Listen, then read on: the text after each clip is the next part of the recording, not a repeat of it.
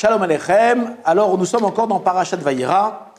Alors, le verset nous dit comme ça. Vayera elav Hashem belone Mamré. Donc, on voit que Hashem est venu se dévoiler dans les plaines de Mamré. D'accord? Il est venu, comme on a dit précédemment, venir faire Bikur Cholim, venir visiter Abraham qui venait faire la Brit Mila. Maintenant, qu'est-ce que faisait Abraham à ce moment-là? Veu Yoshef Petachawel. On voit que Abraham, il était assis à la porte de sa tente. Rashi trouve une petite difficulté dans le verset, et c'est pour ça qu'il va commenter ainsi. Je ne veux pas rentrer dans tous les détails de l'explication, juste sur la fin de l'explication de Rashi. Il nous dit que Yashav, il écrit en réalité Yashav au passé. Bikesh Lahamod. Qu'est-ce que Abraham voulait faire lorsque Hachem est venu le visiter dans sa demeure, à la porte de sa demeure? Il a voulu se lever en l'honneur d'Hachem. Qu'est-ce qu'il a dit à Hachem? Il a dit non, reste assis. À Marlo, Kadosh Baruch Hu, Hachem lui a dit reste assis. Vani Aramod. Et moi, je vais rester debout. Et moi, je vais mettre debout. Pourquoi? Afin que ça soit un signe pour tes descendants, pour tes enfants. De quoi on parle? Que Ani, She'atid, Ani le tiatsev be'adat adayanim, ve'an yoshvin. Ça sera un signe pour tes enfants. À savoir que lorsque plus tard, tes enfants jugeront, à savoir lorsque les juges seront assis au tribunal, d'accord? Eh ben, eux, ils seront assis, et moi, Hachem, je serai debout au-dessus d'eux. D'accord? Comme ça, Rachid nous explique. Donc, Abraham a voulu se lever, il lui a dit non, reste assis. Comme ça, on va faire une photo, clac, et ça va être un signe pour les générations futures. Moi, Hachem, je suis debout, et les juges sont assis. D'accord? Comme on fait maintenant, moi, toi et moi, Abraham. La question qu'on pose, pour que cette scène, que Abraham est assis, Hachem est debout au-dessus de lui, que ça soit un siman pour les juges plus tard, d'accord, qui sont en train de juger, alors il faut forcément dire qu'à ce moment-là, Abraham était en train de juger. Oui, sinon ça ne peut pas être un signe pour les générations futures. Comprenez la question? Si vous ne comprenez pas la question, je vous invite à la réécouter une deuxième fois. En tout cas, où est-ce qu'on voit d'ici que Abraham était en train de juger? Alors pour ça, je fais une petite introduction. On voit que à cette époque-là, les voisins d'Abraham étaient des gens impies à l'extrême, à savoir les gens de Sodome.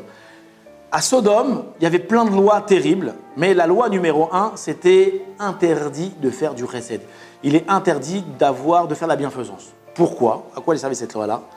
Il dit qu'en réalité, à l'époque de Sodome, là-bas, ces contrées-là de Sodome, pas comme aujourd'hui où c'est la mer morte, où il n'y a rien du tout, c'est du sel, et aucune vie dans la mer morte en soi, c'était un endroit extrêmement, extrêmement fécond, d'accord? C'était un endroit très, très riche, c'était vraiment la Californie, d'accord? Le Luxembourg, les endroits très, très riches comme ça. Et les gens avaient peur de se faire envahir par les, comment on dit en français, les migrants, les immigrés, enfin les gens, les étrangers qui vont venir chez eux, les envahir. Donc qu'est-ce qu'ils ont fait? Ils ont instauré toutes sortes de règles afin d'empêcher l'immigration, afin de rester sur ce qu'on appelle sur la chaménette, de rester sur la crème fraîche, quoi, que personne vient manger leur crème fraîche.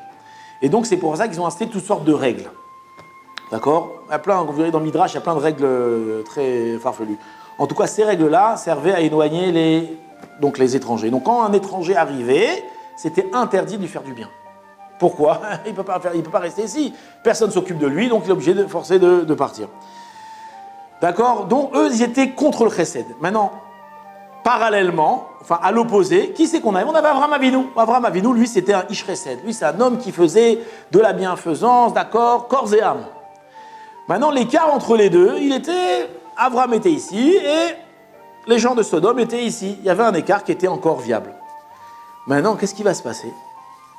Abraham, malgré la Brit Mila, malgré les souffrances, malgré la chaleur, parce que le verset nous précise qu'il faisait extrêmement chaud, que Hachem il a sorti le soleil de son article, de son étui. Ça, c'est une journée qui était brûlante, torride, comme ça, une chaleur incroyable. Malgré la douleur, malgré son âge, malgré la chaleur, qu'est-ce que faisait Abraham? Il était assis à la porte de sa tente afin de quoi? De faire rentrer les invités, d'accueillir des invités. Il voulait absolument avoir des invités. Lorsque Hachem va voir cette scène-là, qu'est-ce qui va se passer? Qu'est-ce qui va se passer? Parce que Hachem, après cette scène-là, qu'est-ce qui va se passer? Abraham, malgré lui, va monter le niveau du chesed. Avant, Abraham, il nous enseignait qu'il faut faire du chesed jusque-là. Mais là, il a monté le niveau du chesed. Et donc forcément, l'écart qu'il y a entre lui et les gens de Sodome, l'écart va grandir. Et le problème, il y a un trop grand écart entre les Réchaïm et les Tzadikim. Le monde, il ne peut pas tenir. D'accord? Pourquoi? Parce que c'est une accusation sur les Réchaïm. Comment vous vous comportez de cette façon-là lorsqu'il y a d'autres gens qui se comportent mieux que vous? D'accord? Donc l'écart est trop grand. Et donc forcément, qu'est-ce qu'il va falloir? Il y a deux solutions. Ou bien on descend le niveau, ouais, ça veut dire qu'on enlève le tzaddik, ou bien on fait quoi? On monte le niveau. Comment? On enlève les Réchaïm. Et donc à ce moment-là, par cet acte-là, en étant assis à la porte de sa tente, qu'est-ce qu'il a fait Abraham? Il a tranché, d'accord, l'acte de destruction de Sodome, malgré lui. D'accord? Et donc c'est cela qu'on voit qu'Abraham, il était en train de juger. Malgré lui, il ne voulait pas. Mais par son acte, il a tranché l'acte de destruction de Sodome.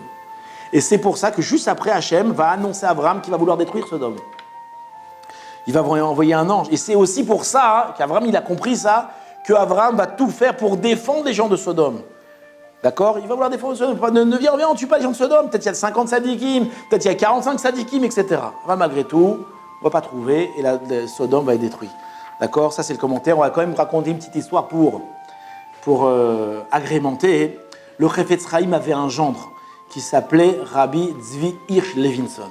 D'accord? C'était un grand sadique. On l'appelait le petit Chafetz Chaim. Ça, vraiment, il était presque au niveau de son beau-père. Et il va mourir dans des conditions terribles, à savoir, l'histoire raconte qu'un jour, lui, c'était un des dirigeants de la Yeshiva, et il y a un jeune homme qui est venu avec des chaussures trouées. Et le Rav Levinson, il va voir comme ça ce jeune homme avec des chaussures trouées, il va avoir de la peine pour lui. Qu'est-ce qu'il va faire? Il va lui donner ses propres chaussures. Il dit, prends tes chaussures, donne-moi tes chaussures à toi. Et lui, il va prendre des chaussures. Le problème, c'est que les chaussures étant trouées, et il faisait très très froid là-bas dans ces contrées là-bas à Radin en Pologne, et ben le Rav va tomber malade d'une pneumonie, il va en mourir. En tout cas, sa mort ça va être un drame là-bas. Un drame. Les gens vont pleurer, ça va être terrible, terrible, terrible. Même le Chafetz Chaim, lui, va être extrêmement touché de cette mort. En tout cas, un jour, la rabbinite, sa femme, au Chafetz Chaim, en pleurs, elle a dit à son mari, il dit, mais je ne comprends pas. Avec tous les impies qu'il y a sur la terre, Hachem, il a trouvé que lui à prendre, que celui-là, il a pris à prendre. Il n'y a pas un autre à prendre. Et qu'est-ce que le Chafetz Chaim lui a répondu? Et j'ouvre une petite parenthèse, c'est pas un petit rigolo qui parle, Chafetz Chaim. C'est-à-dire ce qu'il dit, c'est de l'or en bas, c'est 100%. Je referme la parenthèse. Le Chafetz Chaim, qu'est-ce qu'il lui a dit? Il a dit, qu'est-ce que tu veux? Que Hachem détruise la moitié de l'humanité? Ça veut dire qu'il y avait deux possibilités devant Hachem. Ou bien détruire la moitié de l'humanité, ou bien enlever le Rav Levinson de ce monde-là. Et Hachem, il a préféré, il a eu pitié de nous, sinon on ne serait peut-être pas là. Il a enlevé le Rav Levinson, et ainsi, apparemment, la Xéra, le décret, a été annulé.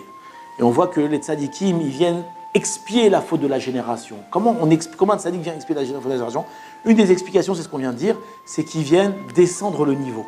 Quand un tzadik il est trop haut, alors la différence, l'écart qu'il y a entre les Réchaïm et les tzadik est trop grand. Et c'est une accusation sur les impies. Et donc, qu'est-ce qu'il fait Hachem? Il enlève le tzadik pour descendre le niveau. D'accord. Bézard Hachem, en tout cas, soyons méritants que Akadosh Baruch Hu nous maintienne et remonte le niveau un petit peu parce qu'on est vraiment descendu bas dans nos générations. Chazak Baruch.